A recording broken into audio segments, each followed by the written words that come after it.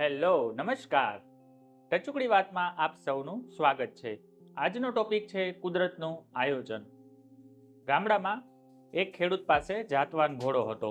ગામના બધા વ્યક્તિઓ એ ઘોડાના વખાણ કરતા હતા અને ઘણા બધા ઘોડેસવારો મુંહ માંગી કિંમત આપી અને ઘોડો ખરીદવા માંગતા હતા, પરંતુ એ ખેડૂત ઘોડો વેચવા નહોતો માંગતો, કેમ કે એ ઘોડાને અતિશય પ્રેમ કરતો હતો। એક દિવસ સવારે ખેડૂત ઉઠી અને જોવે છે તો ઘોડો ગાયબ હોય છે। ખેડૂત શોધવાની બહુ જ કોશિશ કરે છે, પરંતુ ઘોડો મળતો નથી।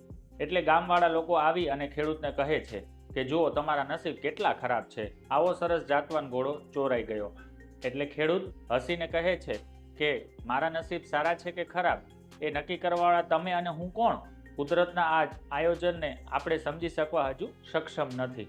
ત્યારબાદ થોડા દિવસ પછી ખેડૂત સવારે જુએ છે તો એ ઘોડો અને સાથે બીજા 10 જંગલી ઘોડા આવેલા હોય છે। ત્યારબાદ ગામવાળા આવી અને ફરીથી ખેડૂતને કહે છે, તમારી વાત સાચી હતી, તમારા નસીબ ખરાબ નથી, તમારા નસીબ તો બહુ જ સારા છે, એક સાથે તમને બીજા 10 ઘોડા મળ્યા।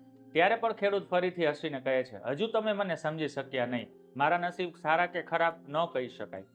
થોડા દિવસ પછી ખેડૂતનો એકનો એક દીકરો એ જંગલી ઘોડાને તાલીમ આપતા આપતા નીચે પડી જાય છે અને એના હાથ અને પગ બંને તૂટી જાય છે અને એ સંપૂર્ણ પથારીવશ થઈ જાય છે।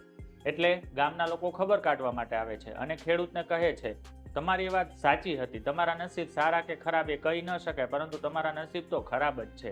એટલે ખેડૂત દુઃખી થતા થતા બોલે છે કે મારા નસીબ ખરાબ કે સારા એ હજુ પણ તમે નથી સમજ્યા, કુદરતના આ કાર્યનો તાગ કાઢવો જટિલ છે।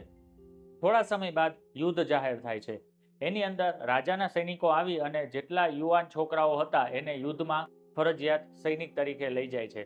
તો એ દરમિયાન આ ખેડૂતના છોકરાને નથી લઈ જતા, કેમ કે એ યુદ્ધ લડવા માટે સક્ષમ નથી હોતો। એટલે આજુબાજુના લોકો ખેડૂત પાસે આવીને કહે છે, વાહ, તમારા નસીબ કેટલા સરસ છે કે તમે તમારા છોકરાને સામે તો જોઈ શકશો અને એના જીવનું જોખમ તો નહીં રહે। એટલે ખેડૂત ખડખડાટ હસવા લાગે છે અને કંઈ જ બોલતો નથી। બહુ જ નાનકડી વાત છે, પરંતુ બહુ જ મોટો બોધપાઠ આપે છે। આપણા જીવનના ઉતાર ચઢાવની ગોઠવણી એ જીવન આપનારની જ છે। જીવનમાં બનતી રોજબરોજની ઘટના પરથી મારા નસીબ ખરાબ કે મારા નસીબ સારા એવું કહેવાને બદલે કુદરતના નિર્મિત પ્રવાહમાં જીવન નૈયાને મુક્તપણે વહેવા દઈએ તો પરમ શાંતિ અને પરમ આનંદનો અનુભવ થાય છે અને જીવન તમારું સુખમય બને છે। આભાર।